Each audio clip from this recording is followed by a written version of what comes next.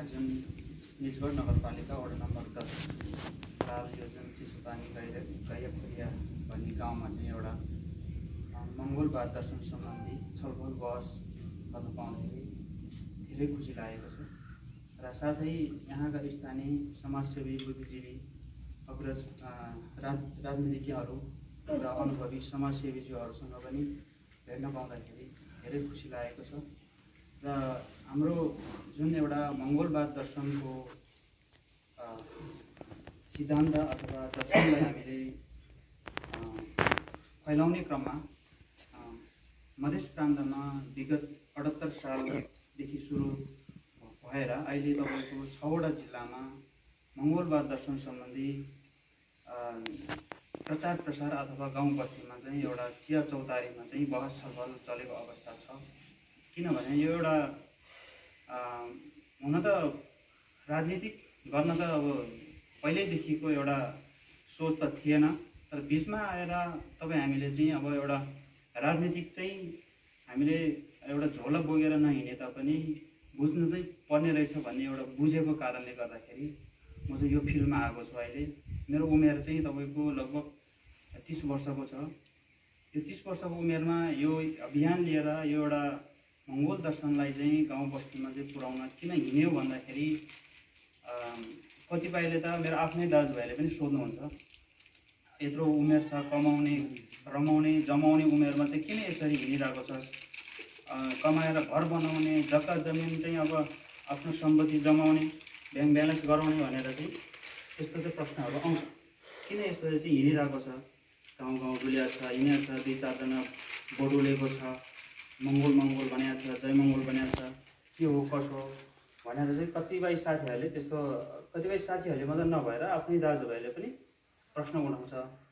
अनि म चाहिँ के भन्छु भन्दाखेरि मेरो उत्तरमा चाहिँ म सम्पत्ति भन्दा पनि म अस्तित्वको लागि म सङ्घर्ष गरिरहेको छु, अधिकारको लागि सङ्घर्ष गरिरहेको छु।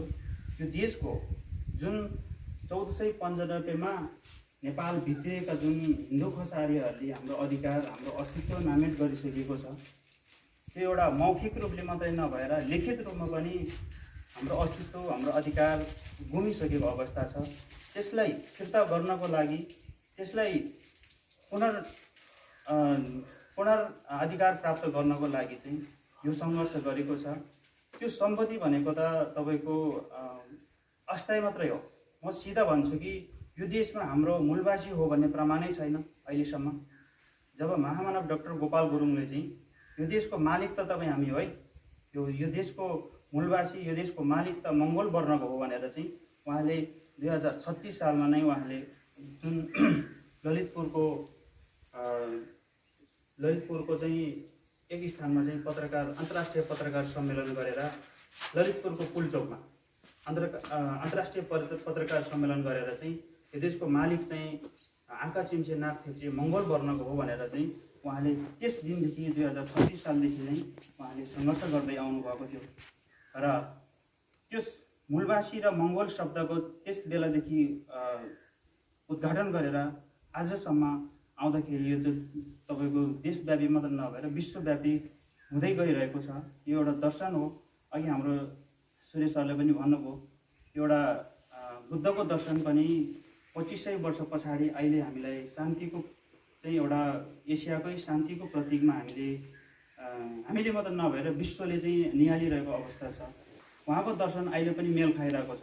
2500 वर्ष अगाडिको दर्शन उहाँले जुन सोध्नु भएको जुन खालको दूरदर्शी उहाँको चाहिँ एउटा शान्तिको दर्शन अहिले आएर पनि हामीलाई ठिक्क भइरहेको अवस्था छ भने यो हाम्रो जुन महामानव डाक्टर गोपाल गुरुङको दर्शन पनि त्यस्तै हो। यो 2028 सालदेखि उहाँले जुन मौखिक रूपमा अथवा लिखित रूपमा सुरुवात गरेर 2045 सालमा उहाँले जुन मङ्गोल नेसनल अर्गनाइजेसन भन्ने सङ्गठन खोल्नुभयो। मङ्गोल नेसनल अर्गनाइजेसन सङ्गठन खोल्नु भएर चाहिँ उहाँले 18 वर्षसम्म उहाँले दर्तै दिएन। यो सङ्गठन तपाईँको बहुदल आए तापनि यो सङ्गठनलाई चाहिँ निर्वाचन आयोगमा दर्ता नदिएर एउटा भनौँ न विभेद गरिएको थियो। तपाईँ हाम्रो अधिकार अस्तित्व माथि चाहिँ उहाँहरूले चाहिँ जुन खालको एउटा ब्राह्मणवादको शासकहरूले चाहिँ त्यो खालको विभेद गरेर 18 18 वर्ष पछाडि 2064 माघ 15 गते चाहिँ यो सङ्गठनको नाम जुन मङ्गोल नेसनल अर्गनाइजेसन चाहिँ निर्वाचन आयोगमा दर्ता भएर आधिकारिक रूपमा यसरी गाउँ बस्तीमा अथवा हरेक जिल्लामा मात्र नभएर चाहिँ तपाईँको प्रवास सभाहरूमा पनि व्यापकता अहिले भइरहेको तपाईँ हामीले सामाजिक सञ्जालबाट निहालिरहेकै होला हैन। अनि साथसाथमा म के भन्न चाहन्छु भने तपाईँ हामीलाई एउटा खालको एउटा भ्रमहरू चाहिँ फिजाइरहेको अवस्था छ। जुन ब्राह्मणवादको शासक अथवा बाहुन क्षेत्री मित्रहरूले पनि एउटा भ्रम फिजाइरहेको अवस्था चाहिँ के छ भने यो बाहुन क्षेत्रीलाई गाली गर्ने पार्टी, यो सङ्गठन, यो मङ्गोल भन्छ, बाहुन क्षेत्रीले चाहिँ लखाट्ने भयो, चाहिँ तपाईँको इन्डियामै पुर्याउने भयो, देशबाट निकालै गर्ने भयो भन्ने खालको एउटा भ्रम फिजाइरहेको छ क्या। तर हाम्रो जुन दर्शन, जुन सिद्धान्तमा उहाँहरूलाई लखेट्नुपर्छ, उहाँहरूलाई पिट्नुपर्छ, काट्नुपर्छ, देश निकाला गर्नुपर्छ भन्ने कुनै पनि तपाईँको लिखित अलिखित रूपमा कुनै पनि छैन। मात्र के हो त भन्दाखेरि तपाईँ हामीले एउटा मङ्गोल नेसनल अर्गनाइजेसनमा सङ्गठित भएर आफ्नो अधिकार, आफ्नो अस्तित्वको लागि त लड्नु पाइयो नि त हैन। उहाँहरूको अस्तित्व स्थापित भइसक्यो। 2072 सालको संविधान धारा 84 उपधारा 2 मा आर्य भनेर उहाँहरूको अस्तित्व आर्य हो, मानव नस्ल उहाँहरूको आर्य हो, आर्य स्थापित भइसक्यो। तर हाम्रो मङ्गोल मूलवासीहरूको चाहिँ अस्तित्व त्यहाँ लेखिएको छैन। त्यहाँ के लेखिएको छ भन्दाखेरि आदिवासी, जनजाति, दलित भनेर लेखिएको छ। 1910 को मुलुकी ऐनमा त झन् मतवाली भनेर लेखेको थियो। त्यो मतवालीको चाहिँ हामीले व्याख्या विश्लेषण गर्दै आउँदाखेरि अब यिनीहरूले चाहिँ मतवाली भन्ने शब्दको अर्थ चाहिँ यिनीहरूले बुझ्दै आयो। अब यसलाई नाम परिवर्तन गरेर यिनीहरूले जनजाति बनाउनुपर्छ भनेर तपाईँको चाहिँ जुन कम्युनिस्टहरू लागि परे हैन। तपाईँको चाहिँ 36 सालमा 36 सालमा डाक्टर गोपाल गुरुङले मूलवासी र मङ्गोल शब्दको चाहिँ तपाईँको उद्घाटन गर्नुभयो। 46 सालमा तपाईँको चाहिँ के अरे मङ्गोल शब्दको चाहिँ तपाईँको विपरीत एउटा विरुद्धको शब्द चाहिँ उहाँले जनजाति ल्याउनु भयो। तपाईँको चाहिँ त्यसपछि 52 मा तपाईँको मूलवासीको शब्दको विरुद्ध आदिवासी ल्याउनु भयो। हेर्नुहोस्, षड्यन्त्रपूर्वकताले तपाईँको क्रमबद्ध रूपले यसरी चाहिँ तपाईँ हामीमाथि एउटा शब्दको चाहिँ शब्दमा चाहिँ हामीलाई अब भुलाइरहेको अवस्था चाहिँ छ। त्यो शब्दको अर्थ हामीले बुझ्न नसकेको कारणले आजसम्म तपाईँ हामी रहन भुल्न परिरहेको छ। हेर्नुहोस् है, अब जनजाति भनेको के हो त हामीले त बुझ्नु पर्यो नि। त्यो संविधानमा त लेखिसक्यो। अब पहिलाको हाम्रो बाजेहरूले के भन्नुहुन्थ्यो भने लेखेको पाउँछ बाबु, देखेको पाउँदैन भनेर भन्नुहुन्थ्यो। हो, त्यो कुरा आज साबित हुँदै आइरहेको छ। तपाईँ हाम्रो अस्तित्व अधिकार त त्यहाँ लेखेको छैन। तपाईँ हामीले त देख्यौँ नि त, हाम्रो मान्छे इमान्दार छ। महावीरपुर हेर्नुहोस्, तपाईँको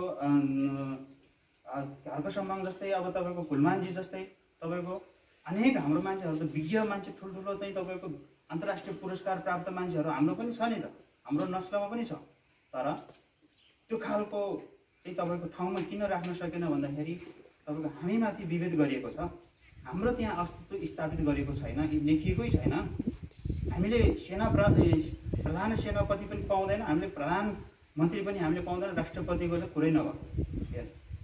हामीले दिन्छ त कहाँ सानो वडा अध्यक्ष, मेयर, गाउँपालिका अध्यक्ष, वडा सदस्य, अनि त्यसपछि जिल्ला दियो भने तपाईँको प्रदेश संसदसम्म दिएन। त्यसपछि तपाईँको चाहिँ हजारौँ कोसिस, हजारौँ तपाईँको चाहिँ नाति पनातिको पालमा पनि सङ्घर्ष गरे पनि त्यो ठाउँ पुग्ने सम्भावना पनि छैन। त्यो भएको कारणले चाहिँ अब तपाईँ हामीले आफ्नो भावी सन्तानको लागि, यो देशकै मुक्तिको लागि चाहिँ अब एउटा मात्रै विकल्प यो मङ्गोल नेसनल अर्गनाइजेसन छ।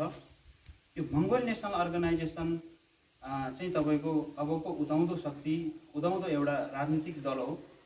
यस भएको कारणले चाहिँ अब तपाईँ हामी यो सङ्गठनमा आबद्ध भएर यो सङ्गठनको लागि मात्रै नभएर आफ्नो लागि चाहिँ सङ्घर्ष गर्नुपर्ने अथवा सङ्गठित हुनुपर्ने कारणहरू धेरै नै छन्। साथीहरूले धेरै कुराहरू प्रश्न पाइसकेको छ र साथसाथमा निजगढ नगरपालिका वार्ड नम्बर 10 मा चाहिँ हामीले धेरै पहिलादेखि नै कोसिस गरिरहेको थियौँ। यस हाम्रो निजगढ नगरपालिका लालमा पनि हामीले वडा गठन अथवा समिति बनाउन सक्यो भने केही न केही त अब